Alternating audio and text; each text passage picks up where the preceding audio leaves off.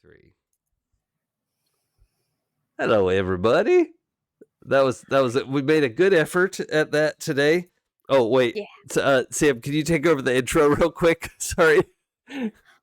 Hi, everyone, and welcome to our morning stream of we're going to make a game about riding dragons, but really we're going to fight a whole lot about fundamental elements of game design in modern TTRPGs using this dragon game as a medium thin pretext. Thank you for joining us as we engage in conflict for the sake of heaven. Oh, and you've muted yourself, which makes it hard. Grief the Rich is my contribution to that.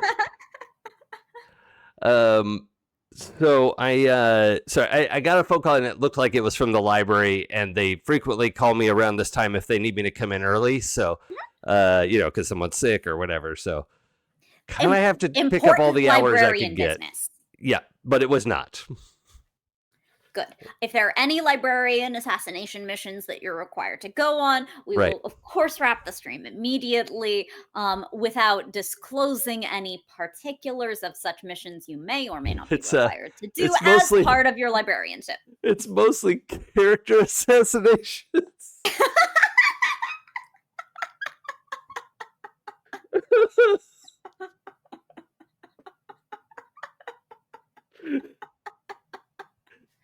Yo, I got Sam. I got Sam. That's a good one. That's a good one. You proud of yourself? You should be proud of yourself. I hope you're proud of yourself. But not as I'm schlepping. Oh. Okay. Good morning, everybody. We're protocol. Thank you, Prince. That was the word, the big word. Yep. Oh well.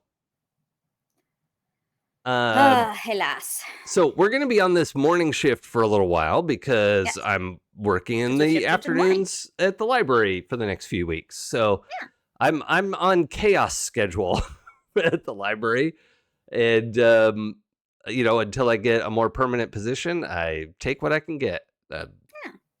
I'm glad for it. Yeah. But we're glad you get to do it. But in the meantime, we make the game. We have, for the past few sessions, been figuring out a little bit more about the skill system. What is a talent that one might take? How does this interface with advancement? And what is the actual role of each skill? Previously on Deep Space Nine, we in fact deleted a skill entirely. This is, in our opinion, a completely productive use of time, as that skill may now be considered handled. We handled a skill. Yeah. How did we do it? With mafia tactics. Nonetheless, it is handled. Yeah. It's taken care of. Don't worry about it.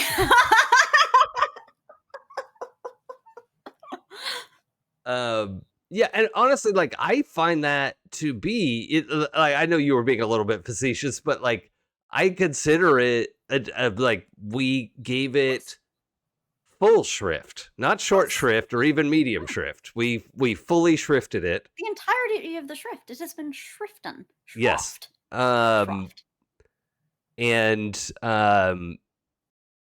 We remanded it to the waste bin, in fact. But it was through a course of how should it work? How do we need it to work? Do we need this? It was actually a very thoughtful session that I was engaged in. I found engaging is what I meant to say. Uh-oh. What's happened? Well. Oh, I lost Sam. Okay, well, I'm going to vamp for a minute, and we're going to see what happens. It looks like I still have internet. So, chat, are you still reading me? Breaker 14, chat. Okay, great. So hopefully Sam will be able to rejoin. Everyone jokes about like Californians freaking out about the rain. But this is what happens: is our junction boxes drown and our internet infrastructure goes to poop. And let's see if they've messaged me.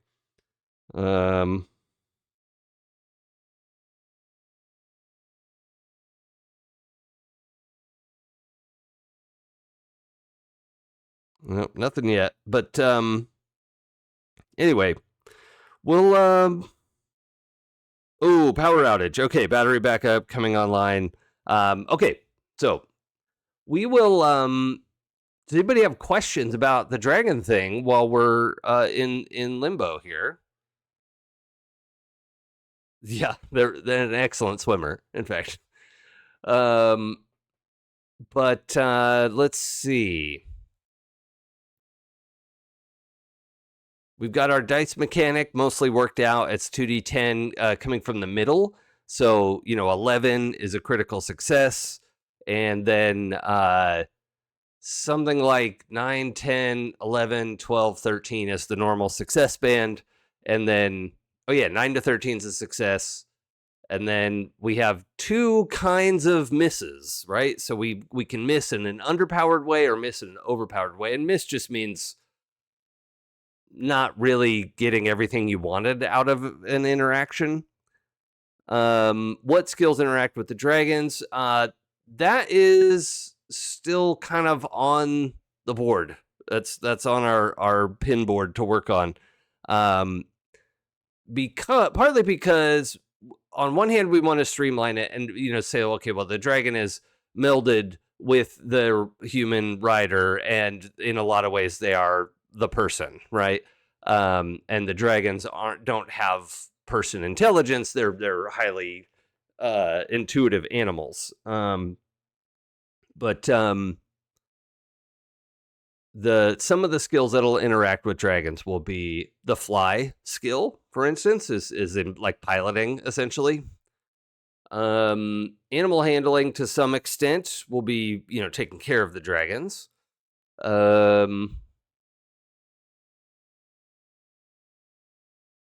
At one point, we were going to have fly be part of athletics, but we are treating it as its own thing in anticipation of there will be lots of things under fly, and it may be worth separating it out. And that one could be, you could certainly say somebody's good at different types of athletics without being the greatest ace flyer ever.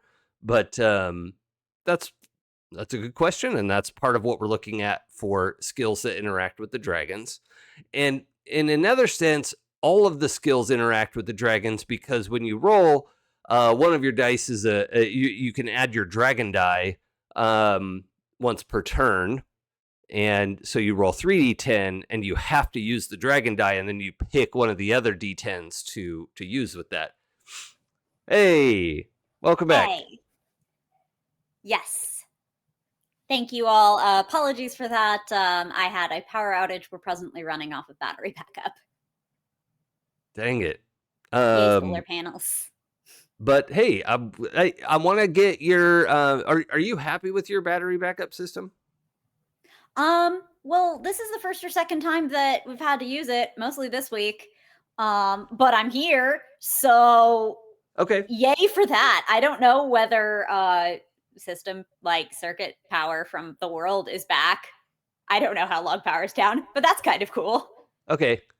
So I want to get your info on that later when we're off the call, because that's something I've been looking into. It's pretty lovely stuff, and thank you, the planet. We will try to make good use of these rare earth elements. Yes. Yeah.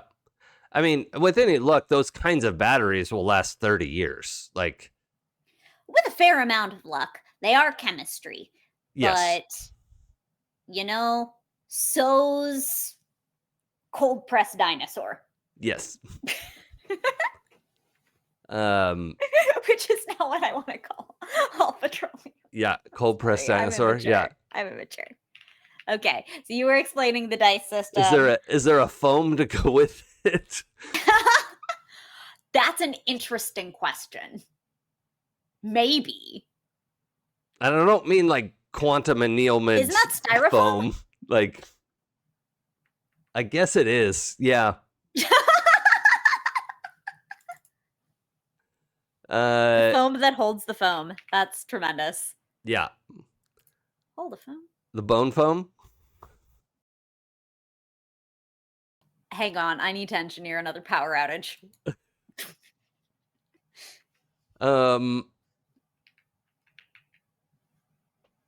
Hey, remind me, am I describing the dragon die correctly in that it's a third die you add and you have to use that one and then you choose the other two, which can give you the option of going overpowered, underpowered, or staying in or whatever. And that's Yes, it is an optional additional roll, therefore primarily made when the roll is already ass. right. You wouldn't use it if it were already a good roll. Once rolled, however, you are required to use it in combination with one or the other die. So if circumstances are now worse for you as a result of having used that dragon die, then I am afraid that sucks for you. Yes. However, yeah. the probabilities that we have estimated should ultimately conduce it toward the beneficial, and our statistics are at least, first pass tuned with the hope to balance it around fairly regularly rolling such a die. Yeah. The expectation is not that you will continuously only roll the 2 dice. You will probably fail a lot if you do not take advantage of said die. Yeah. Well, and our, underpowered, overpowered, failure with advantage, success with a complication, like that's not all strictly failure, right? Like that is the kind of nuance that both of us really like in a game rather than total binary bullshit. Which I am known not to favor. But that like on off yes no state is also just not good storytelling because that's not how stories go. And it is entirely possible to swap states, for instance, from overpowered to underpowered or vice versa by dint of the dice, thereby not changing success or failure, but changing the flavor of the act. Well, changing in some senses. Yeah. Like my dream is that moment of somebody got like a 2 and a 10, right? And they're like, okay, well, a 12 is okay. Oh, actually, that's just a regular success. So like, whatever. But then, well, let's see. Is there a way to decide? Do I want to be overpowered, underpowered? So I was trying to work this out in my head. If you have rolled a 7 and a 1 on your initial dice roll, you will be underpowered. You may then opt to roll your dragon die. Say that rolls anything 7 and above, you will now be overpowered. Right. And so one can change states that way. That said, if on your initial roll, or frankly with the dragon roll, if at any point you roll a 2 or a 20, please enjoy those because you are going to have to eat those. Those are non-optional. Yeah. They are too lovely and too improbable not to embrace whenever we find them. And I have learned from my time as a rogue main, never, ever, ever to allow one's ability to have a baseline floor of success to overcome delicious critical failure. Yeah. And when I have rogues who have that ability, I always like, if I have somebody playing a rogue and they're going to go to that, I'm like, hey, look, just so you know, a nat 1 is still a nat 1. And as it should be. You have now excised like 8 faces from your dice. That's already beautiful. That's enough. Take the W. Yeah. The 2 to 9 is now a 10. That's fine. That's cute. I love it. But a 1 is a 1. And a 5% chance of failure at any time is totally reasonable. Exactly. You don't get a 0% chance of failure. That's silly. Right. So if you've gotten a failure, This is how we're making sure, and rolling out of it the moment you get it with advantage to me Yeah. seems like cheating oneself. But who am I? I'm some Yahoo from the University of Tube. What do I know? Right. And a 2 on 2d10 is a 1% chance, 20, 1% chance. So you have a 2% chance of this going horribly, horribly wrong. Which means, yeah, like go nuts with it. Like that gets to have a lot of consequences when it's that rare. It's worth it. And it goes. I don't know off the back of my hand how the odds increase given that dragon dice would automatically conduce if calculable as such. But you wouldn't choose the 1 or the 10 if that's going to give you a super crit fail, right? So what I am advocating Oh, is that if any two at either in the initial roll, like don't even roll your dragon dice, like yeah. you're done. But also if you roll your dragon dice and one of the options is an abject failure, Oh, you have to take it. you have to take it. Yeah. Okay, I get it. I love that. So if you have the 1 and the 7 and your dragon die comes up a 1, you're like, no, dragon, not like this. Right, exactly. So there's a 10% chance in that circumstance of risk. Yeah. Because if you had rolled an 11, that is, you have both initial dice rolling the thing that a dragon die could pair with critical failure, you won't use it. It'd be a critical hit. Yeah. And like if you have 2 10s or 2 1s already, you're stuck with them, right? So I think again, avoiding the disadvantages of having the reroll mechanic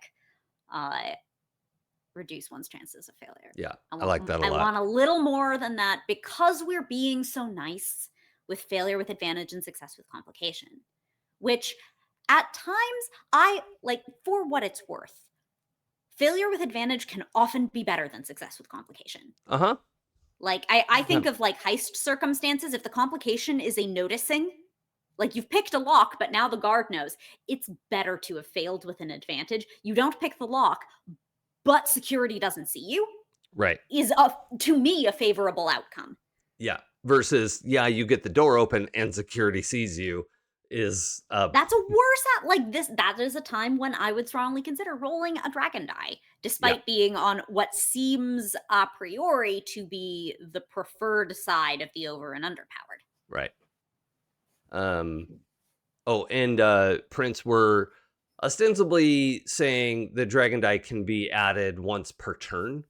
Yeah. To like if you have multiple rolls or whatever, and on your turn, you're still like only one of your rolls can be affected by a dragon die. So, and we haven't yet decided whether there is going to be such a circumstance whereby one rolls more than once in one's turn.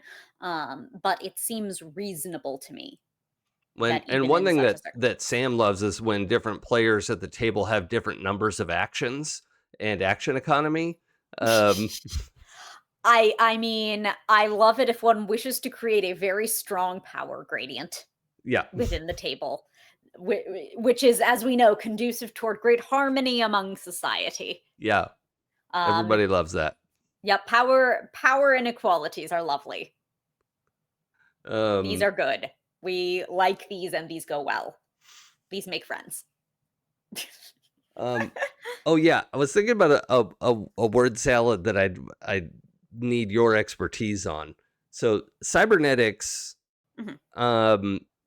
is like, we generally understand that word to mean technology added to the body. Does that feel right? That seems like a good first pass definition. Yes. It's not necessarily a prosthesis, but that could be it. It could be an eye. It could be a chip that's doing something invisibly in your brain. I do think a chip, like having some kind of digital interfacing or other electronics, is prerequisite. I think fully analog prosthesis would not qualify as a cybernetic. No. Yeah. A cybernetic could be a prosthesis, I mean. Yes, it could be, but not all. Just to further refine. Yes. Yeah. So with you so far. A is B, but B is not always A. It is subset. So, we've been talking about having magical technology, like Magitech Mm-hmm. stuff, Yes. but it feels like the word Maginetics is wrong. Yeah, that sounds like altering genetics by dint of magic, Yeah. which gets me real uncomfortable immediately. Uh-huh. Um, Which also brings to mind, there's a really popular game out on Steam right now about breeding cats mhm. called Mewgenics. And I'm so uncomfortable with the name, and I'm like, gang, did you not like? But apparently it's just a blast to play. Like And here's the problem. Here's why I'm really, really, really irked by that. It's a structurally good pun yeah, it is. It is. around a wildly civilizationally damaging concept Right. that had catastrophic effects Yeah. throughout the world and, on my personal ancestry, and yet it's a good pun. I don't know what to tell you. God dang it. Yeah. That's frustrating. I don't like that. Dang it. Ah. Like the thing I want to know is, did they at all wrestle with the moral choice of using that name? And if so, okay. Like I could imagine if we made a game and we were going to call it that, we might be like, oh, this is tough, but it is the right name for the game. And we're going to take the hit of, having to explain this online and blah, blah, blah. But See, that's different than moral. Do Oh. we think we will take a hit pragmatically online such that it does not serve our market purpose versus is this the right thing to do? Those are different questions, and I absolutely believe they weighed the pragmatic one. I don't know that they did the other. Here's the thing. Part of it is a more like you could say, like, is this enough of a moral breach, right, to go forward? And in that sense, I think it's both. Like, it's a moral question and a pragmatic one. Oh, it ought to be. I'm speaking purely from speculative, descriptive. Yeah. I doubt they did, because I don't know. Like, if you're like, is this the right thing to do? I think it's real hard, except by dint of motivated reasoning, to get back to yes, if you're framing it that way. I think if you're framing it the market way, it's more likely one will arrive at the destination of, we can weather, the whatever pejorative they're going to use for people who have concerns about, eugenics. Yeah. Which should be fucking everyone. But here we are. And it's the sort of thing where, like, if it was fully in the past and 99% of people were like, yeah, that was bad, nobody should have ever thought like that, maybe you could riff on that and make a sort of satirized irreverent joke. But right. I look forward to the day that we could be so distant from our history as to have the discussion. Right. In that beautiful messianic age, this could perhaps be open debate, and until then. Yeah. Whoopsie. Doodle. Like you can definitely make a game today called The Black Plague, and or the bubonic plague, or whatever, like, that is gone for the most part, except for in certain parts of the country where people have chosen to readopt it. I'm calling the vaccine deniers readopters. I mean, that's fair, but when did we vaccinate for Yersinia pestis? Not for that, but like the we just have that in our bunnies in the southwestern United States for lols. Yeah. Sorry, I remember getting to college and learning. Disease enthusiasts. That's good. Thank you, Peanut Gallery. Nice. That one. Speaking of terms with histories. Yeah. Oh, is that an offensive Yeah, that term? one has a history. Oh, I believe I have intuited the context. Thank you. Yep. Okay. Yeah. Well, anyway, Yeah. this wildly popular game was somewhat upsetting to me, and I'm sitting here thinking, like, am I the one? Like, am I wrong? Am I like, what is happening? Because Active no, rejection of learning from the history of the last 100 years as demonstrated across a multitude of domains. yeah, like I was looking for Yeah. any review that says like, hey, this title is uncomfortable, but the game is awesome, which I would still have an issue with, but like, I haven't even seen that. Like, No. anybody even acknowledging the discomfort of the title is absent. Yo, we're bringing back worldwide viral respiratory illnesses. We're bringing back tariffs. We're bringing back stuff that like Yeah. Oh, we're just back in all sorts of stuff. So, you know did you see what? No the one's uncomfortable with the cat game, I guess. did you see the tariff news today? No. The Supreme Court officially Oh yeah, rejected Trump's tariffs. it was the Um 6-3, wasn't it? Welcome back, a by the way, to our 7-2 dragon actually. slash politics show. Yeah. 7-2 decision. Oh, 7-2. Okay. Yeah. That's pretty Well, yeah. definitive. I mean, yeah. Yeah. I mean, makes sense. Isn't it a congressional power? It's supposed to be. Yes, it's a Right. tax. So there you go. Like, yeah. So we lost 2 to black and white black letter law. Beautiful. Yep. But hey, we kept 7. All right. Yep. So, Hey, ampersands, welcome in. how's it Dragons for president. going? Yeah. Isn't That was that basically a plot point in Shadowrun? how dare you? I was about to say that.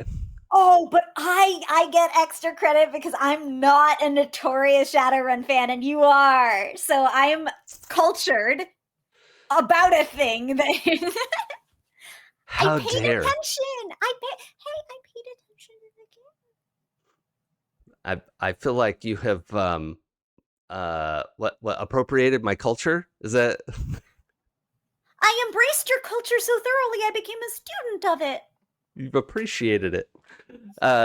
Yes, Dunkleton made the argument that he had layered in North America and had been asleep through the advancement of the United States or whatever, but was successfully argued the point that he was born there, and that was therefore eligible to run for president. And Interesting. yeah, Born before or after 1777? 5,000 years ago, but like probably 10,000 years ago. That's a tough argument. Yeah. I don't know. Yeah, but also there was enough of a rebuild. That may not have been the entire center point, because he's making the argument to the United Canadian and American States, and they may not have had a birthright rule. There you go. Yeah, because of course, like citizenship, I think there's presumably a reasonable argument for, because what else did you do with people in the 18th century and this, that, and the third? But it was I do like it on a fuck it we ball legal philosophy.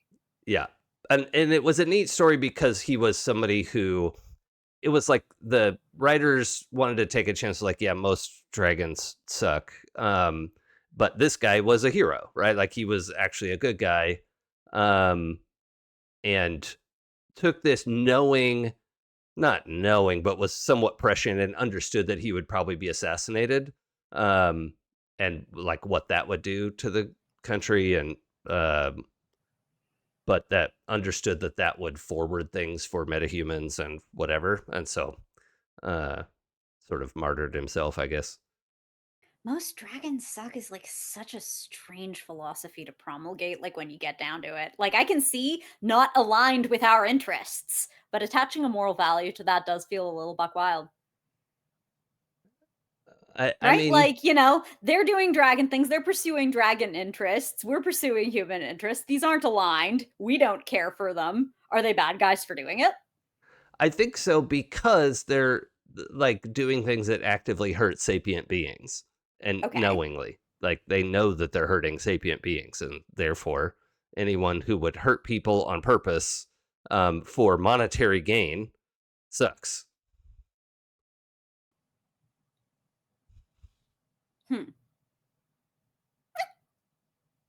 Valid argumentation. I So, I, I feel does that yeah. Go ahead. does that bring us back to designing a game where dragons are in fact nothing like Shadowrun dragons and Yes. ineligible, unfortunately, to be heads of government of any kind, Yes. given lack of capacity? However, it would pretty quickly be like we would have a dragon rider president, right? Like Sure. that, Yeah. because then when you go to the next election and like, well, you could have a dragon rider or somebody who doesn't ride a dragon. Like, it just seems like both parties, well, all parties, maybe there's more than one in this, more than two in this world. Oh, Um, interesting. yeah. Uh, No, but if you say too much about that, I will start asking. Remember when I started asking way too many questions about land use law? Will get me on yes, constitutional design. You know you don't want me there, but yeah, that this is inevitable. I'm warning you in advance. But like the overwhelming, like, what, isn't it a majority of 20th century US presidents who had dogs in the White House? So like, yeah, it seems like it would occupy a similar social niche that, yeah, like, actually you can look at a recent example of a 21st century president who did not have such beings made purely of love, and one could perhaps draw one's conclusions about such a person. yeah, Not that dogs are requisite, maybe, but that this one individual does not partaken of the custom and also happens to be yeah. flaming trash. Um, how would you pitch this future game to people who like or don't like Shadowrun? Um, this is definitely much less of a, well, I guess there would be some corporate espionage. I would say that this game hews closer to the thesis statement, whereas Shadowrun basically started if, lol, what if everything? Um, I guess it would be, why do you like Shadowrun? What is it yes, about Shadowrun that appeals to you that would determine whether or not, like, how one would pitch this game or whether it would be appropriate? If you like right, Shadowrun because it lets you roll the most D6s of any system I've personally played. I've rolled right, more D10s, but D6s, it's Shadowrun. Easy. If that's right, the purpose that you're playing it for, this isn't going to be for you. You don't get to roll an absolute dragon's horde of dice, ironically. right. But Yeah, if you want to like, back up a dump truck full of dice, right. this isn't the game for you, This right? isn't, like, that shouldn't be why. If, however, you play Yeah, Shadowrun because you enjoy the heist loop, right. there is what to have in here. But am I here soft pitching a backdoor to fix Shadowrun? Absolutely. You and every other Shadowrun enthusiast of the last 40 years. Yeah, yeah. Like, That's it that's is the not game that wrong. has spawned more games Hmm. than any game but perhaps Dungeons or Dragons, I'm not sure. I am gonna go ahead and say it's 37 years and not 40 years, only out of self-preservation. Absolutely. I apologies for rounding up. In this case, please, please no. Um, Alright, so it's only a little bit older than I am. yeah. It Did that help? 1989. It came out in 1989.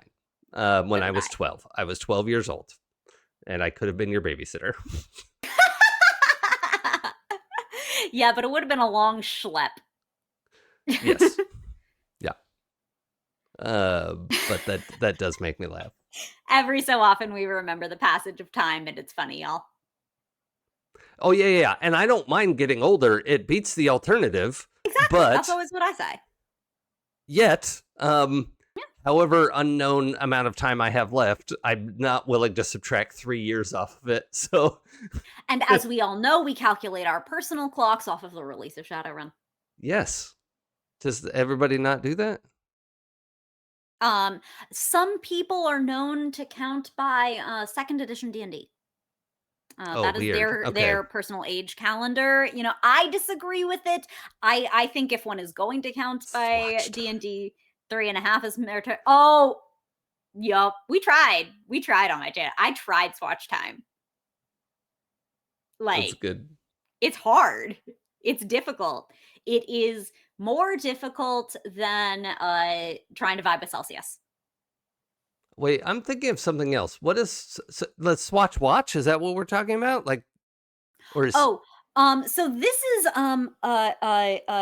base 10 clock system that had oh, its origins in the French Revolution, and Swatch uh updated the concept to a slightly more modern standard, mm, I would love that. but keeping that idea of like rather than base 12.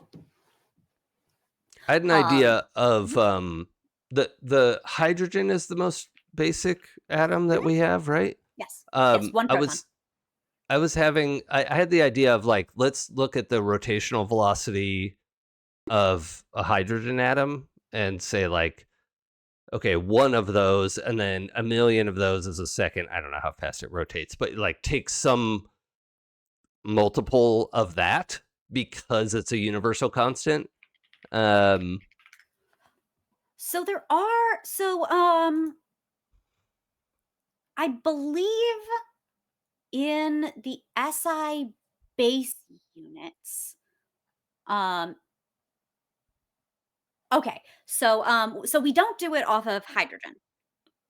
Um, what we calculate for our universal constants in the International System of Units is based on cesium 133. It's hyperfine transition. It transitions between a couple energy states mhm. at a very consistent, well, at a constant That isn't state. that what we That is. use for carbon dating? So carbon dating is based on the rate of decay of carbon 14, which Oh, is okay, occurring not according to cesium. radioactive Okay. principles. But you might be thinking of, is this how atomic clocks work? Oh, And the answer yes, is that is what I conflated. Yeah, thank you. yes, many of them.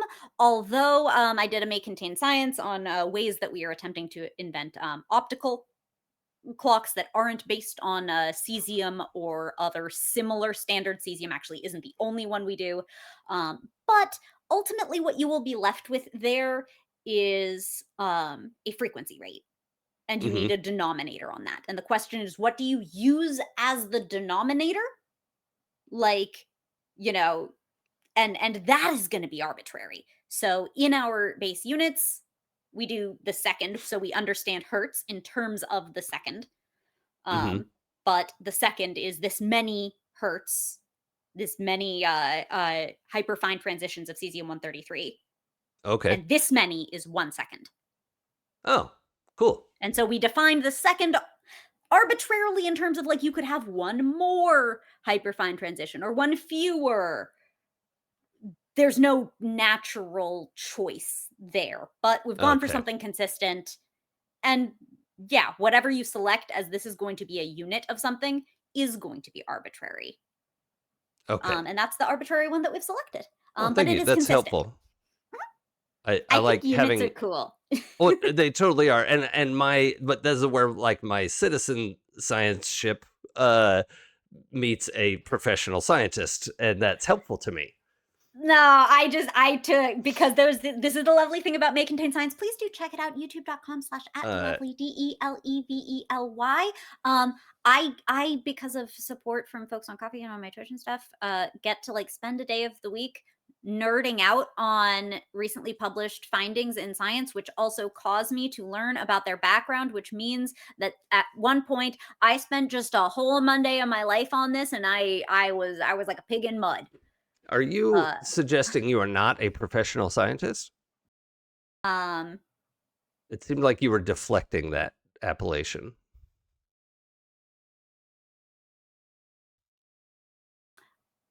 I think there is room in the assignation of professional at this specific time. Mm, I believe you have been paid to science. I don't think I have. I have been paid to science communicate. All right. I may at some point be paid. paid to science. I'm not counting my summer job when I was in high school. Okay, that's fair. But like in a sense, I'm a qualified librarian, even though I'm not in a librarian position right now. Um, Yes. so as I'm sort of like an assistant at the library, but I am a qualified librarian. So Like I say, I fall within a reasonable scope of disagreement as to whether I qualify. One can that's make fair. a valid argument, one can make a valid argument. Hey, we should probably talk about our game since I uh suppose so. But we're seriously though, learn about advertising on Swatch internet time. It's fun. Yeah, the I know. tabletop We're RPGs channel here. from the beginning of stream, we're designing this game. Yeah. Um yeah. Oh, where did that degree come from, Sam? That It's a yeah, certificate, not a degree. sure. And it came from a little From an extension school. school program. Yeah, an extension school, a little school extension in the northeast of the United States. Yeah. M- yeah. Yeah.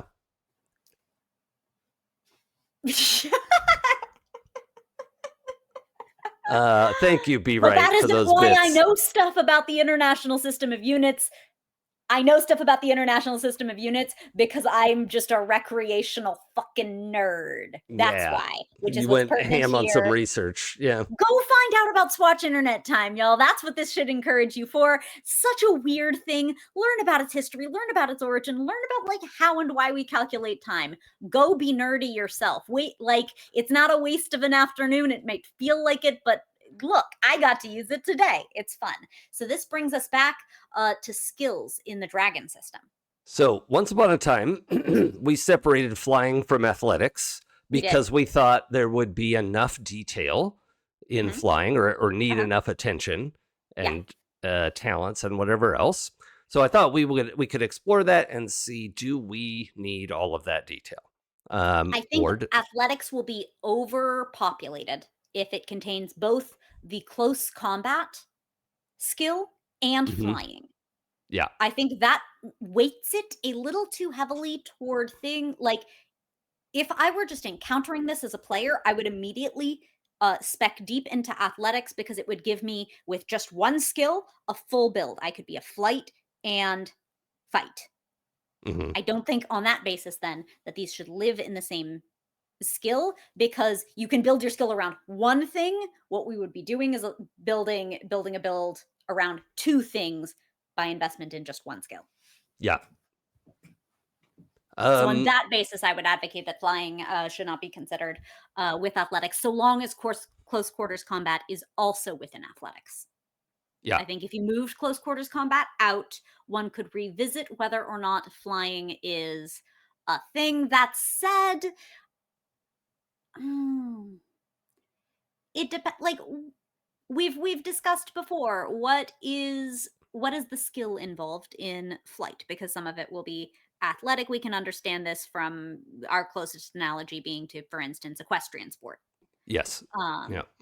the equestrian I Hmm. have is uh how much is this like horseback riding and how much of this is like fighter pilot flying? They Yes. also do have to have baseline athleticism, but it's not at all the only consideration involved in what they do. I know they're also very mathy, very instrumentation-y, and that's not going to be a thing in flying, but there's the counterpart of interacting with this living being in a three-dimensional space that may offer a consideration more than simply being a soul. Your thoughts? Yeah. Yeah. I think there is a component of this that we can mirror instrumentation to your sort of magical your flying instincts, like whatever that is, because I like the idea of somebody who is good at flying is not necessarily good at martial arts or whatever, and will probably need to be good at ranged combat because they are dragonback.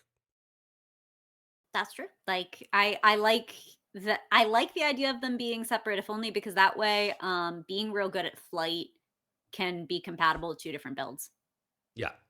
in combat. Yeah. So what are some specialties you imagine for flying? Um, Navigation? I interesting. Hmm. It could be disorienting to find your way in a like small plane pilots often talk about getting disoriented. See, I'm Um, so gay. I've never had that problem.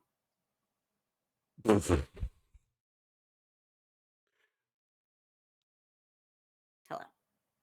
Uh, I wasn't into trains as a kid. I was into planes. Um, that was my interest. you are exceedingly valid. Um, I don't know what mine was. Yes. I think my interest was yes. Mm, yeah, I mean, I liked so many things because that led to aerospace and the spaceships and yeah. So, Um, um, so I don't want to say dogfighting because I hate that. I hate putting that word. I understand that we do it for planes. It's already kind of strange that we do it for planes. Why is dogfighting the thing that we call the planes? But right, also how much more so given how we've been comparing I don't like that we say it this way. But yeah. hey, you know, Um, swoop and chomp. well, my concern is the like also what all does that entail, right? Like, because a bunch of that is ranged combat, right? Flight combat tactics. Yeah. So So it could I think, either apply to Colonel Swoop and Chomp, or to I'm a zillion miles away. Haha, have fun tagging me, lol. yeah, combat Which tactics. is another like if I were just going to try to approach as a player a build, um, it flying plus range combat is basically if you ever built an Eldritch Blast fairy in D&D. It's just like I can be 120 feet away. All my characters are fairies. Or you do the thing that like furthers the distance. You just plink and no one can do shit because you can fly with your wings. Like Yeah. I've done that. It's mean spirited to the game, and I want it to feel bad. But like also that would be a clear flying plus range combat build. Um, Thank you for. I think that was a follow sound. Oh, it was the bits. That's right. Thank you. Be right. Thank you so much for that. I really appreciate that. You, But the yeah. follow has a little like visual cue that pops up on the screen, but then the bits, I'm just like, that's a fun sound cue. I don't remember choosing that 5-6 years ago.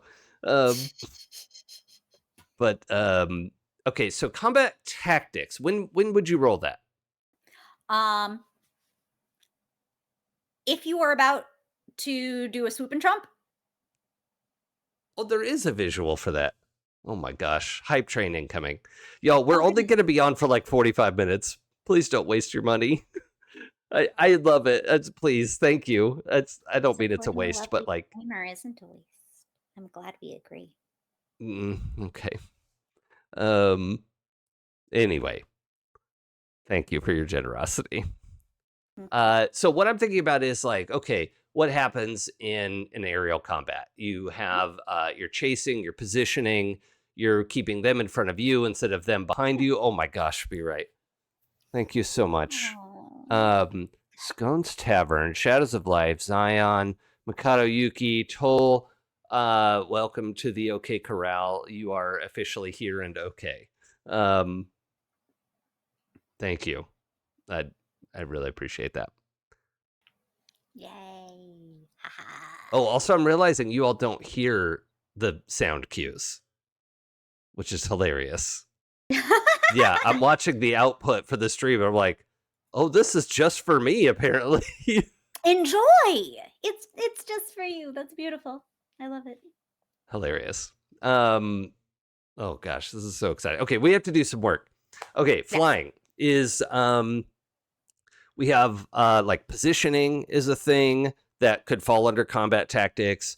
Also perhaps like racing, or like I would imagine racing being separate from combat.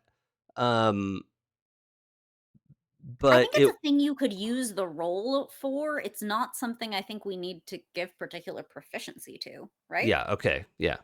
Um, just as far as like being like a specialist in going fast, you know what I mean? Yeah. Like, there's, I could imagine that. Yeah. I mean, I think it's a use of the skill is my intuition, Yeah, okay, right? Because it's such a like it's such a small domain of yeah, like I think I would probably not call for this more than half a dozen times in a campaign. yeah.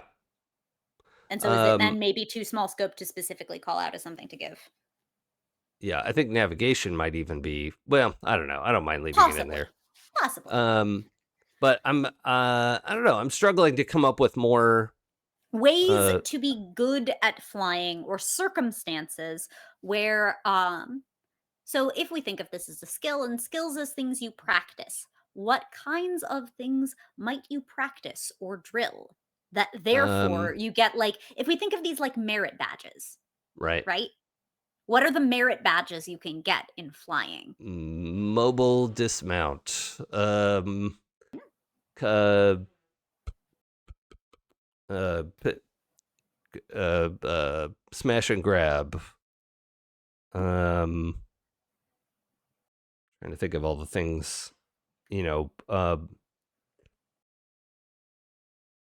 mobility. Ch- Okay, so I hear the species of things of interacting with something stationary while oneself at speed, because that yes. encompasses the category of swoop and chomp, fly by and grab something, Yeah. Yeah. anything like Flyby. that. Second, the other thing I'm hearing from you is um, having mobility around one's mount. So onto, off of, maybe hanging off of in a weird way, and maintaining one's seat or acquiring one's seat, which is really about like two objects interacting with each other at speed versus like kind of the stationary target. I am Is that like um trick flight? yeah, yeah. Um, Also, I've always been a flyby, but True. I can confirm. I think evasive maneuvers is fundamentally indistinguishable from combat tactics Hmm. because it's managing your danger in combat. Either you're trying to get into an attack position or avoid being in attack because you're just trying to retreat. Like, That seems like the sort of thing one could take twice, first choosing one, then at the second level choosing the other. mm, Because there is a different skill to evasion versus setting oneself up for an attack. Those are two distinct things that one would need to learn. And so, okay, which one do you do first? They don't have a natural progression. You could focus on either one first, and both can be fun for a game. yes, So you could be a little better at not getting hit. You could be a little better at hitting, and you can take a second level, and then you'll have the other one. okay. Oh, we got a hype chest. I Who's this approve for diva? yours, but I'm glad that you're also partaking. Um, all right, so maybe under combat tactics we have evasion and lock on. I don't know what to call that. Um, Yeah. No, I like that for now. That works beautifully. Not as talents, but as Yeah, yeah, specializations, yeah, right? yeah. Yeah. Yes. It does bring up a question of like how we imagine combat to go, because like in D&D, you don't roll an evasion that is your static defense. In Shadowrun, everybody rolls like 4 times per attack because you roll versus a whatever, and then they roll their dodge, and then they roll their armor, and then they roll their soak, and Right. it's not good. So the question becomes, do we um like, how is evasion used as opposed to lock? Like, is evasion an active check? Is it a passive thing that exists that makes them harder to hit with when the bad guys roll? Um, My inclinate. Hmm. So my reflexive instinct is to offer a sufficiently attractive trade of action economy for combat bonus, because that is one of action economy is one of the greatest opportunity costs. It mhm. is like in most systems, it is always better to attack twice or something. Yeah, Um, and so such a spend of action economy should have to be very attractive. But maybe if you do, maybe it's really good for you. Maybe it actually matters and is worth investing. And I would be curious as to see how attractive would an evasion, again, kind of probably static bonus or combat static bonus, have to be to tempt a player away from simply taking whatever action is required to achieve their objective. yeah, I think it has to be really attractive, and that like most systems don't make it that attractive. yeah. I But I that's love my a first thought. passive bonus that I don't have to think about as a player. That's Those are very nice. Um, it's also very generous to do so with a player.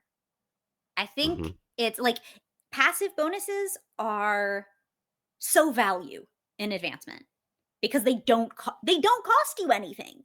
Yeah, because of the So I action mean, economy. admittedly, Yeah, with action economy, I'm like, what if it isn't passive? What if it costs something?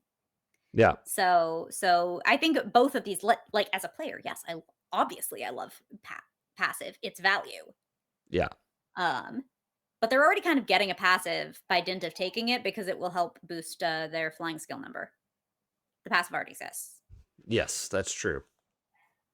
Yeah, and Prince points out my primary concern is the simulation versus fun. That And that's scale why I'm of trying not to do an evasion as like a defense roll or something. I'm trying to see, is there a circumstance in which I can reduce all of this to a choice taken on one's action, right, such and that there and is like one roll and then that advances, whether success or failure, the encounter. yeah, because I could see it being the equivalent to a full defense turn in D&D, but full defense really is almost always the least optimal choice Right. you could take. It's everything has gone wrong and I need the cleric to get their turn or whatever. And that's it doesn't advance the fight, it pauses the fight at best, right? And but if part of it is, okay, now you are in a position to lock on or make an attack because you did get screwed on the positioning, um and not in the fun way, then I mean, that could be, I mean, it's under combat tactics, right? Like what so also the question I have is, when does one roll combat tactics as opposed to evasion or lock on? one rolls flying. Right. Oh, and then you have, but like you roll when a specialty or like you look and see like, oh yeah, I'm specialized in this, No. right? Or is combat tactics just a way to put points into flying Um, and to have a Combat narrative tactics is description? a way to put points into flying that earns you additional options when engaging in combat in flight. Yeah. Okay. Yep. I Um, like that.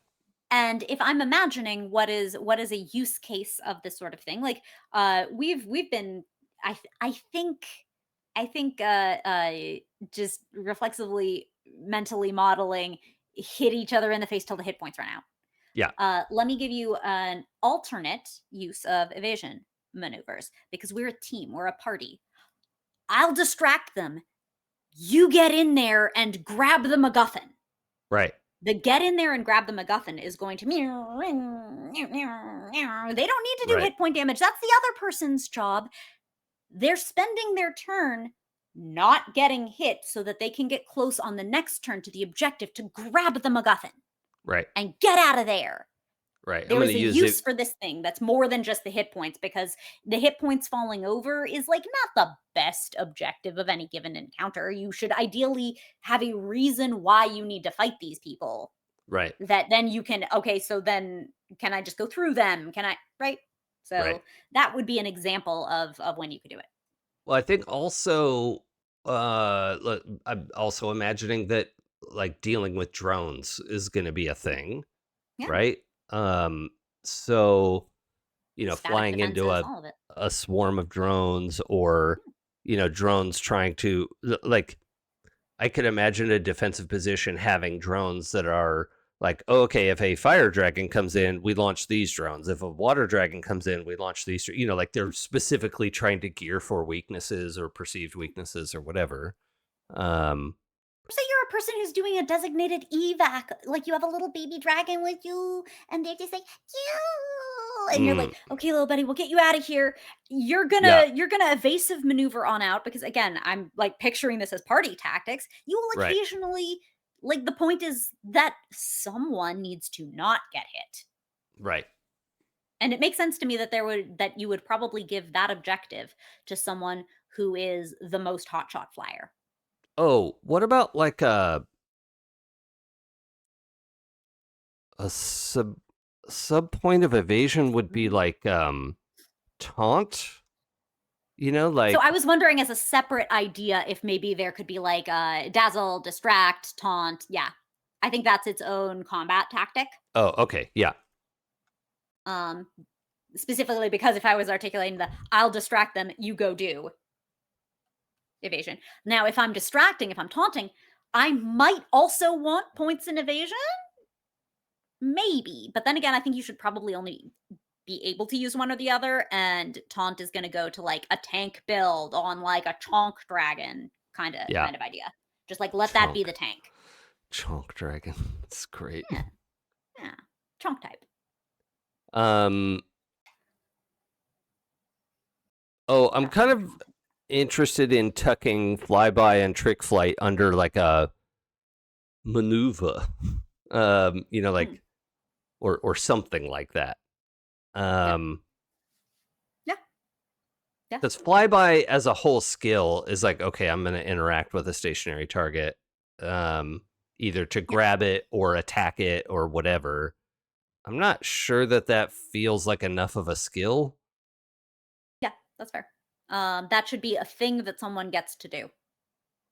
Yeah, The only question is there a version of it that's like, anyone can land and yeah, interact. yeah, Do you want to give an action economy advantage for investing some experience? yeah, I mean, like ultimately, I think with flying, what we're discovering is these come down to um, being able to maneuver within certain kinds of action economies or having access to certain kinds of actions. yeah. Because there's also the version that like helicopter pilots get very different skills from like jet pilots, right? Yeah, They helicopter pilots have to be prepared to fall out of the sky because Bernoulli hates them. yes, and they drop into hot zones in a way that Yeah, jets never do. Jets don't yeah, stop they have moving, different engagement right? protocol. Yeah, Um, and that could be an interesting thing from your chunk dragon versus your slippery quick pew dragon, pew right? pew pew. Um, because that kind of dragon needs to never stop moving. But Chonk is like, yeah, you could shoot me a couple times. This is fine. Yeah, Yeah. yeah. Like, oh, that's cute. Hold on, I need to sit down. Yeah, you really thought you did something. Yeah. Yeah. Um. So let's see. What do I replace flyby and trick fly? I just call it. Maneuver with an AH at the end. There's got to be a better name for it than that. No, there's not. Like Doctor Strange, I have gone through all possibilities.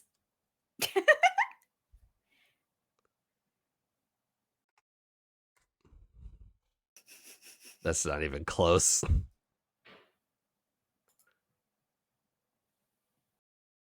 Oh, I have to spell it right now, or it's gonna bug me.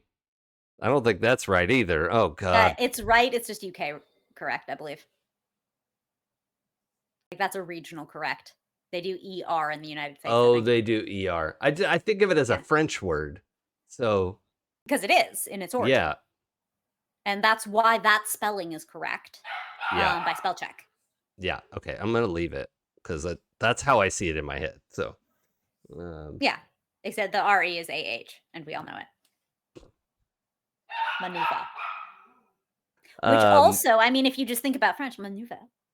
yeah, maneuver. Maneuver. Okay, so things you do while flying. A lot of French pronunciation is just exhausted tween. I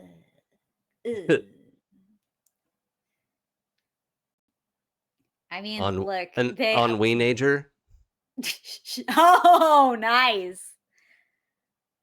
Imagine to have such a surplus of letters in one's word and yet still not to pronounce them. Yeah. Yeah, it's like the opposite problem of Welsh. Yeah.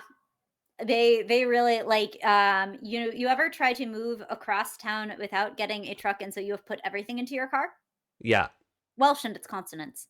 yeah. Because I feel like French is like, well, we don't want that. You expect us to say every letter that we put into the word? No, Thank you. we do not need every letter. Yes, there is an X at the end. No, you do not pronounce it. What kind of animal are you? Yeah. A Welsh animal, apparently. Des animaux. Another word that ends in X that we will not pronounce, except if it is followed by words with a vowel. Naturellement. Captions are trying so hard to keep up with your accent. Yep, no. Je suis trop français pour ça. I'm just a machine. American one. Yeah. No one can understand French, let alone the computers. French people speak English when no one's around. That's what I'm saying. Well, yes, because they actually teach foreign languages in France. Yeah, I know they do. I wish we did. This is what we get for having the lingua franca English. Yep. Okay, so things we do while flying.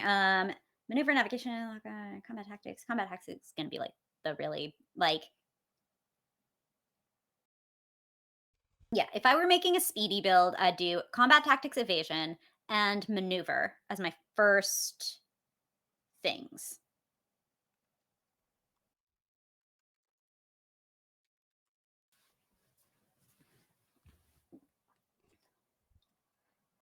Like if I'm making a really I want to be good at flying on a dragon build, like hotshot pilot style, combat tactics, evasion, and maneuver will be the first things that I take. Oh yeah, look, Darker. We do. We have like 2 years required in high school, in public school.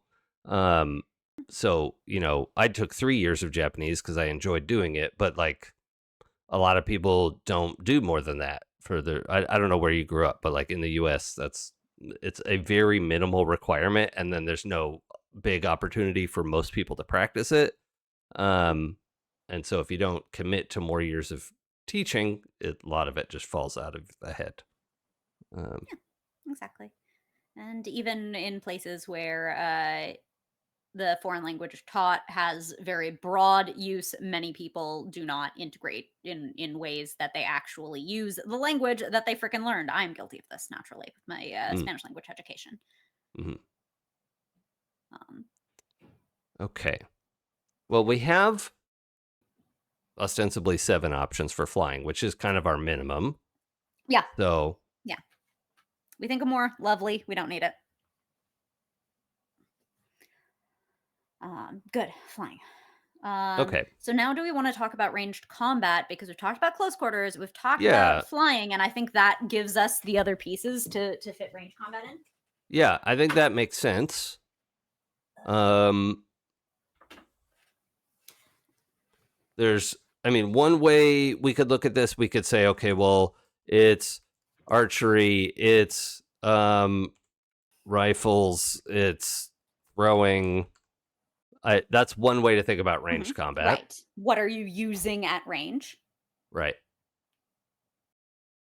Um, I mean, I guess just guns really is what we could call this. yeah, sure. Because we were kind of toying with the idea of not having much in the way of firearms in the Yeah. world. How do you feel about that? Um,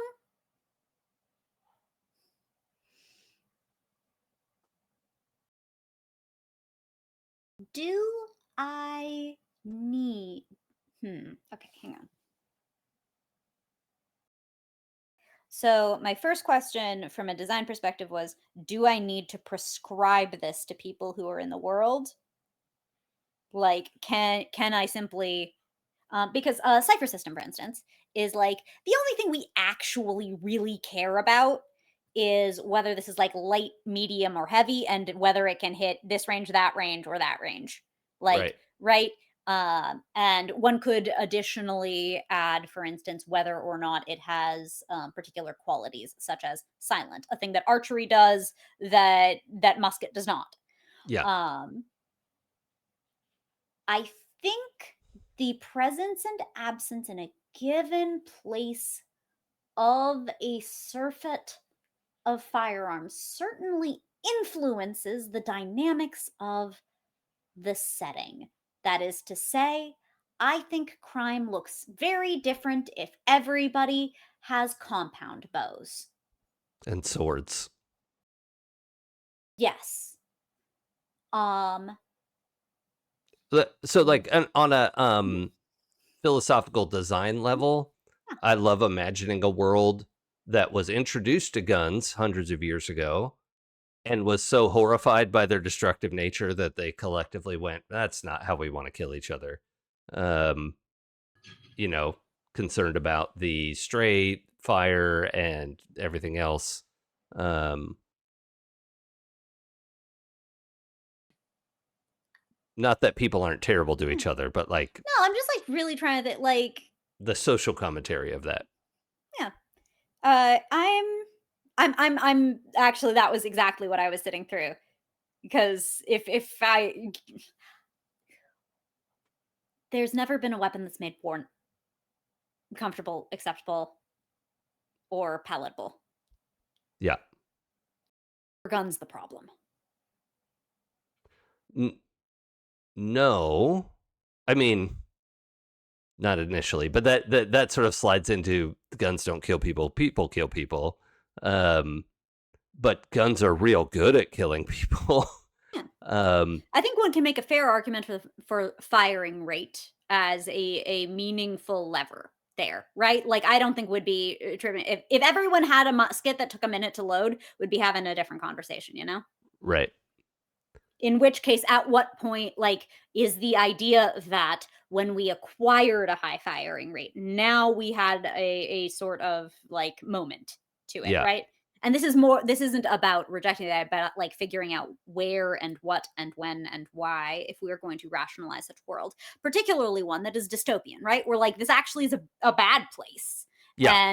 And nonetheless, we are absolutely doing things that make it less bad than the real world. We already talked about pet longevity as a non-negotiable that I introduce even to dystopia. Yep. And so guns may reasonably be likewise. One may also say, we don't prescribe what you do. Like, to us, a silenced pistol and a bow and arrow are going to have the same effect on the world in terms of Right. action economy and silence and range and damage give or take. So you pick for your setting which one you have. Yeah. Is also a potentially valid. My goodness gracious. It certainly says something about the world. I would have to really dig into what kind of world that is, because I think it would be a big swing. Yeah. And I would Um, want to like really handle that if that's so if that's the yeah, case. and I think that's what we're talking about, right? And, like, I think it's probably time to answer these questions, right? Yeah, Like, we've been sort of yeah. Dancing. playing with them. Yeah. Has the world always had dragons? The dragons have been around for 100 years, like since the Industrial Revolution, I think is what we settled on, right? Yep. Yeah. Something Give or like take. that. So a Yeah. couple 100 years. Yeah. Exactly. Um, so history of the world up until Industrial Revolution, certainly there were some firearms involved. And we are deciding whether we want to have a historical fiction diversion. So that's part of what we're thinking about. The people do still have capitalism. That is the problem with the world, this fictional world, of course, not something that would be a problem in the real world. But is sorry, facetiousness aside, is the commentary we're trying to make is that capitalism is not helping the people.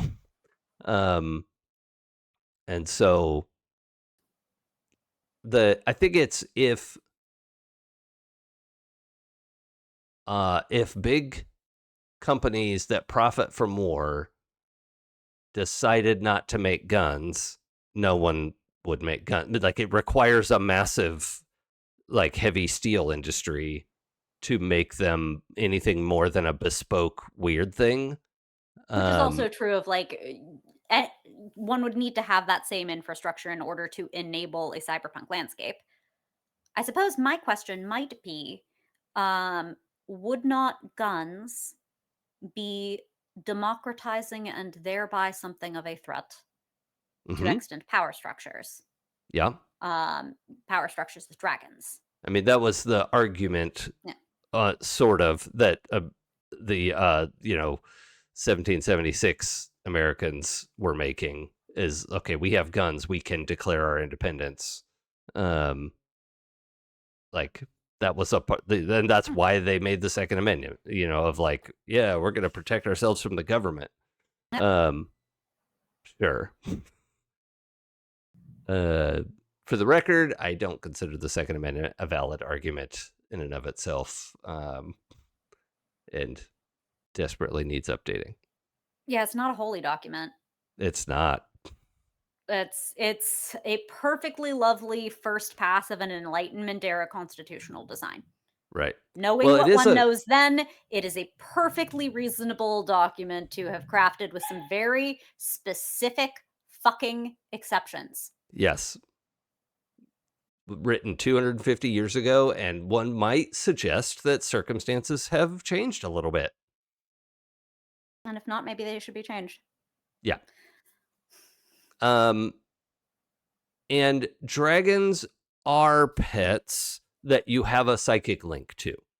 So you I put know them a what they little want. closer to the category of working animals. Yes. Yeah. They're I more mean, like, that's herding dogs than like lap dogs. well, but herding dogs sleep outside. They do or they don't. The Sure. distinction I'm making being primarily based on do they have a job beyond being a companion animal? And I think because that sort of alters Well, I think that the that framework depends we on the use. individual, right? Like, Yeah, you've bonded with the dragon. You didn't choose to bond with the dragon. Like, it yeah, happened, and then you decide the kind of life you're going to lead. Like, some people just become social media stars, and other people decide to fight the billionaires and eat them. yeah. And I think sometimes there is a resistance to the idea of a companion animal being, made to work And so what I'm like, these are working animals, is that like that is within the space of our relationship with Yeah. them. So it sounds like we agree on this front. Yeah. Um, And service dragons unfortunately won't be practical just because they bond to someone not by choice. And so like a service dog is trained at a school for service dogs and then is assigned to a home or a person.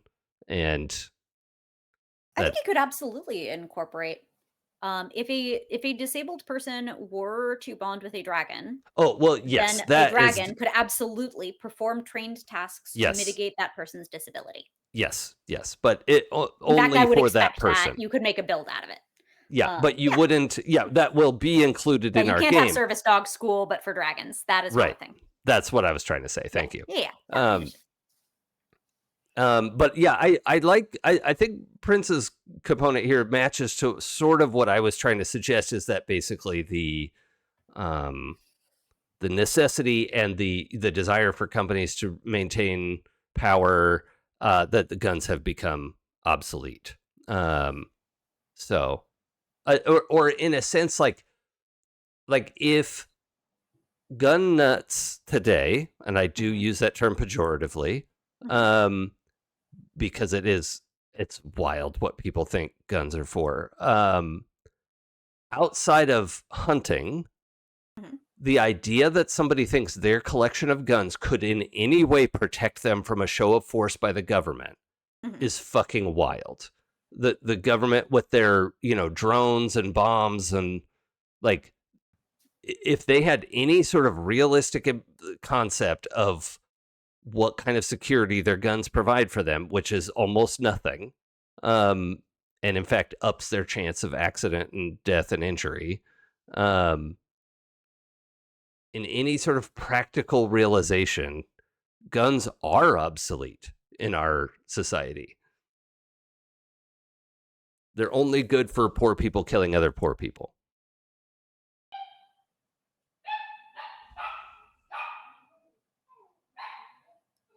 So,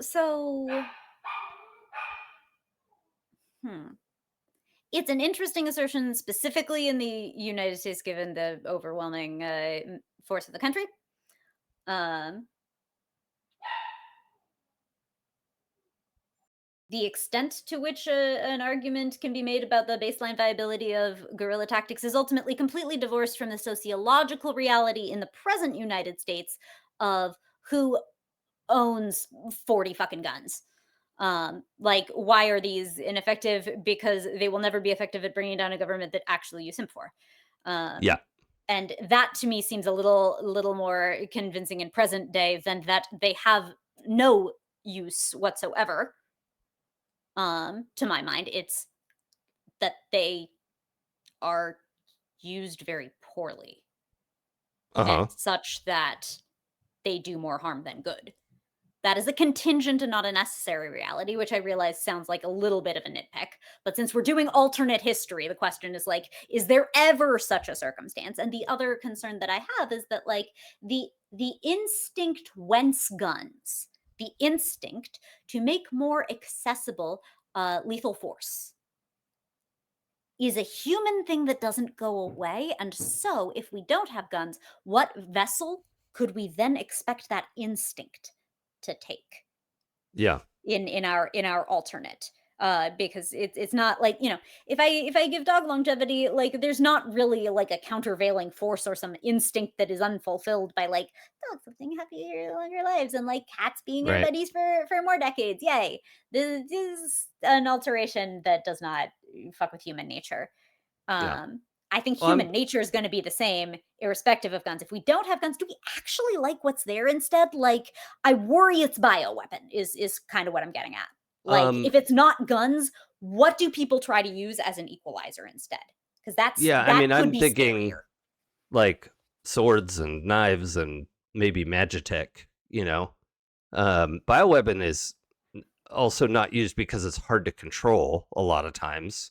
Mhm, um but also cybernetic weapons, right? That type of thing is things that electrify or that sort of, yeah, like, S-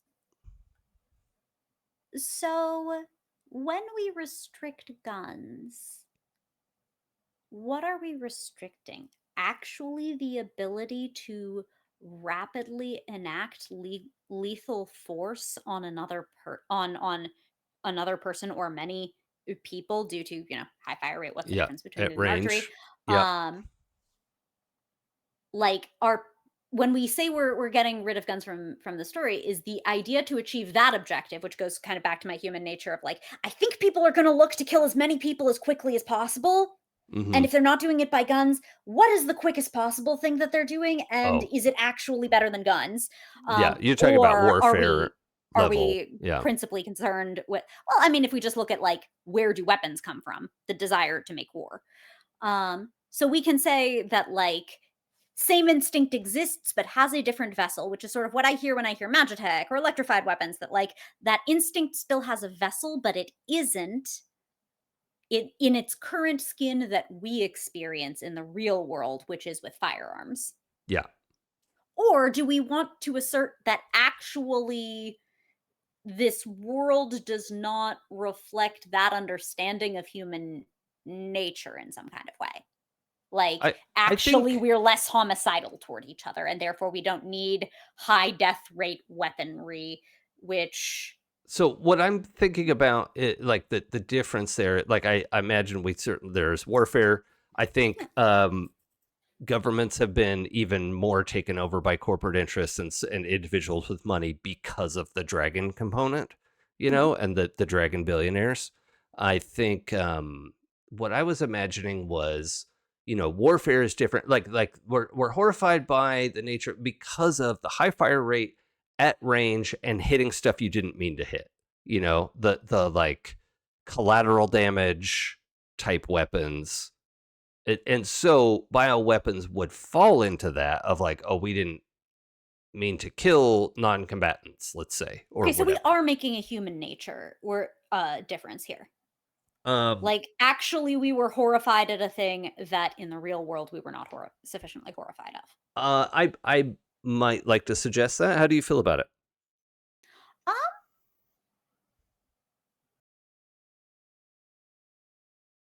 I mean, I would love to live in such a world. Because not all Um, humans are comfortable with massive uh collateral damage without regard for combatant status. Not all Ideally, humans that are. population should be maximized. Yes. As many people as possible should be uncomfortable with this thing. Yes, I agree. I agree. And like, what if Trivially true. Already, and one hopes already the case. what if war hadn't been carried out by sociopaths, but people who were packed into a corner based on need and were, having to defend themselves and whatever. This Um, does not always have. People will do a whole lot if they think they need to. yes, yeah, I know that, but the, as a blanket statement, Yeah. to suggest that it's human nature is also like, it's, of course, it's borne out in the evidence, or the experience at least so far, but And I'm not necessarily making an argument that it is universal human nature. More that we have um, some members of our population do have such a nature, yes. and we may not be able to escape that. And people who engage in conflict will be disproportionately enriched with such people precisely because those with a moral aversion are going to be trying to not be involved in it. Right. So you end up with a selection bias of a thing that I think just shows up in people, that the fact that we have a dystopia reaffirms that some of the baser instincts continue to exist. And so how is this given expression in society? Um one could say, for instance, that we circumscribed it more effectively. Um or in particular ways, like in point of fact, we do have conventions on biological weaponry that I suspect have ultimately minimized their use relative to how much they could have in the 20th and 21st century after centuries of use, Yeah. to greater or lesser extents, whereby our soul salvation was a poor understanding of the germ theory, Right. um, lest people be guided to further moral atrocity. Yeah. Um, I think part of my concern is like if like the reason I was like, what if there were bio is that like if you have such people and you've circumscribed their ability to do things with guns, are they not going to seek that same ability? And then what are the options that they have left to seek? Right. Because I all the people in the world who hate collateral damage already hate collateral damage. right. Most people don't want to shoot people with guns. I believe, call me an optimist. I don't think most people are out here wanting positively to shoot people with guns. I Right. certainly don't think most people are out here seeking collateral damage. We would all love that this we would love that this would be less. All I think was premature. Yeah. Um I didn't mean to bring this to like some big picture like no, but that's part of like we don't want to just like delete guns without some sort of veracity to like it's not a fantasy world. It's Yeah. we want it to feel as closely related to our world as possible to maintain the billionaire point. But I think there is also value, like I like having villains where we could say like, yeah, this guy sucks and he doesn't misgender people. Like because he's not like that's a wild thing to do. Like to be able to couch something in that way of like, yeah, their corporate forces suck and they are out there defending their financial interests and they don't care about people getting super hurt, but uh they're just not going to fire machine guns into a crowd, let's say. um because who would do that? What kind of absolute monster would do that? So that's a particular theory of wickedness. Um, because I could certainly hold by the idea that corporate evil is comfortable from a distance. Atrocity by paperwork. Hmm. Uh, and to the extent that when oneself were to shoot into a crowd as an individual corporate, that would produce all of the trauma that is natural to encounter upon exacting grave harm upon your fellow person, and therefore you should not personally engage with it because you want to keep it away. Nonetheless, one sees in our world that this is thereby therefore contracted Hmm. out.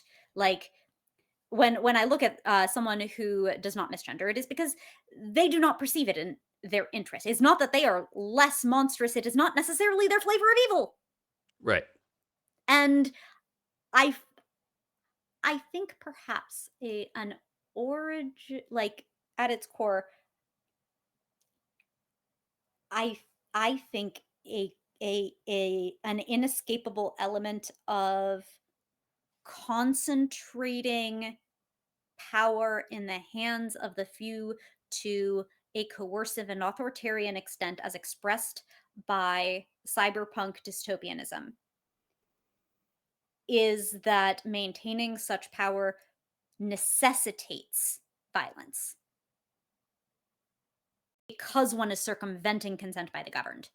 Maintaining it against consent requires violence as its enforcement.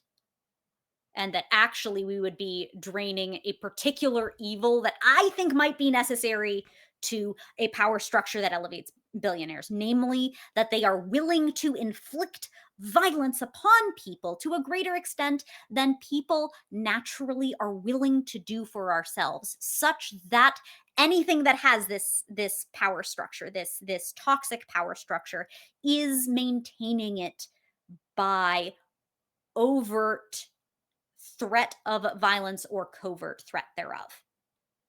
And therefore such threat of violence might be enacted, if not by a firearm, then by fire dragon.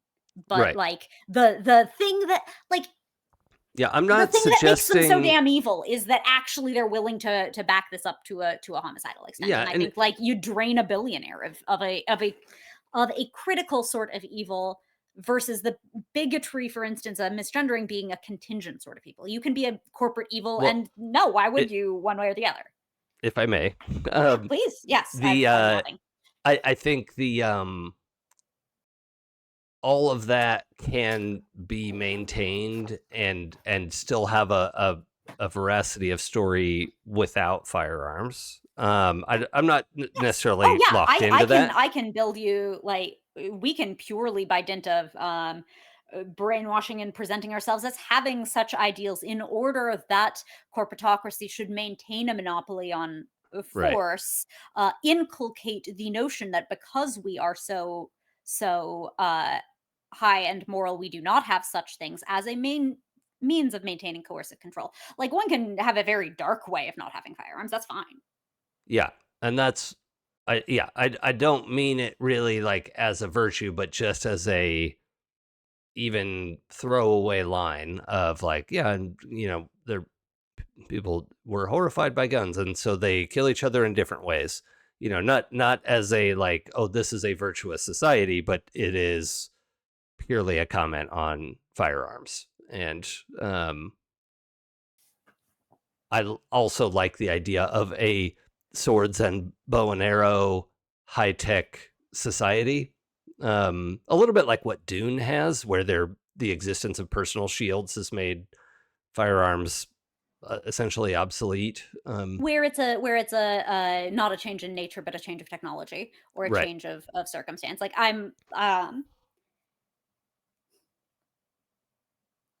don't think it is the hill upon which I will expire that it be from a sense of horror.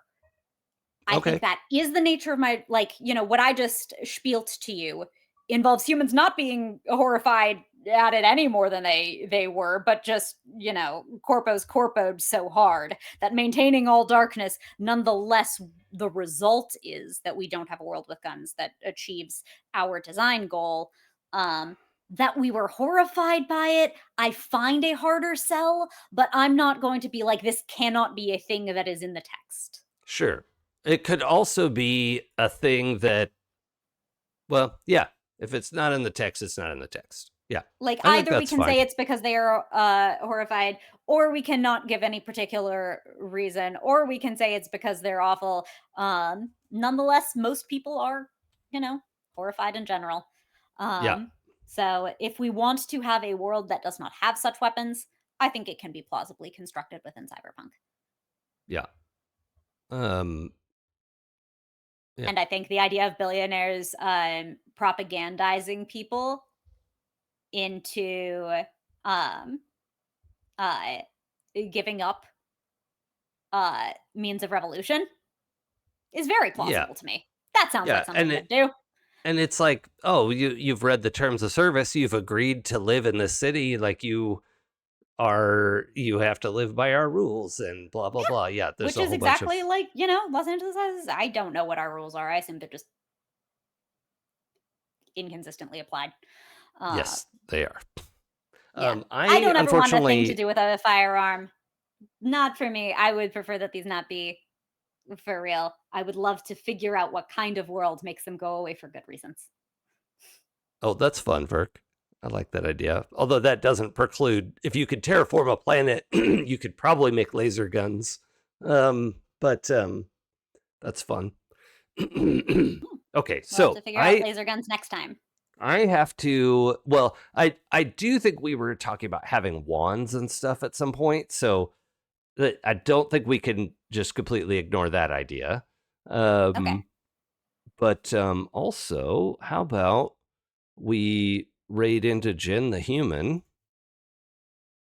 Because I have to get ready for work. Yes, you do. Okay. Hell yeah. What have you got going on? I am doing my nice anniversary this weekend at my normal stream time starting tomorrow at 9 a.m. Pacific time on twitch.tv/Delevely, Delevely. I will be raising money for charity to celebrate having streamed for 69. well, a very nice amount of time. So that will be going on this weekend. We're just gonna be chill. It's not the biggest thing, but join me. We'll just maybe make a thing of it because like you only get to do that once. So I'm doing it. I'm. That's this I weekend. mean, are we on the? We're on the same schedule, aren't we? Like we've been streaming since. You're a couple months ahead of me, I think. Ah, dang, that means I missed it. You're always Oh well. nice. Yes, thank you. Anything else? That's all you need to worry about. Okay. Um, Saturday mornings and on VODs and podcast. To offset, we're doing a Saturday morning cartoon at Happy Jack's RPG. We're playing Masks, and it's lovely. There's already been kissing. We're only on episode 4, so this is good. And we're playing like 19 and 20-year-olds. We're all sort of teenaged out a little bit, so playing young adults. And on Sundays, I continue my long-running campaign. We've got this is going to be episode 46 this week, Sunday afternoon, 5 p.m. Pacific. The Astral Circus. We have invaded Hell. We have started a war against Zariel's generals. We have acquired Karlach's heart. Spoiler, sorry. That's and now we just have to get it to her and accomplish some of the things that Mephistopheles and Asmodeus have asked us to do. Everything's going great. So you can follow me on Twitch and Blue Sky at It's Probably Okay, or head over to Happy Jack's RPG and see what we're doing over there. That's funny. Generators keep pumping guns. Yeah, that's great. All right, thanks everybody for hanging out. And this morning hour is going to be our time for the near future, and just keep an eye out for those alerts. All right, take care, everybody. Take care, y'all.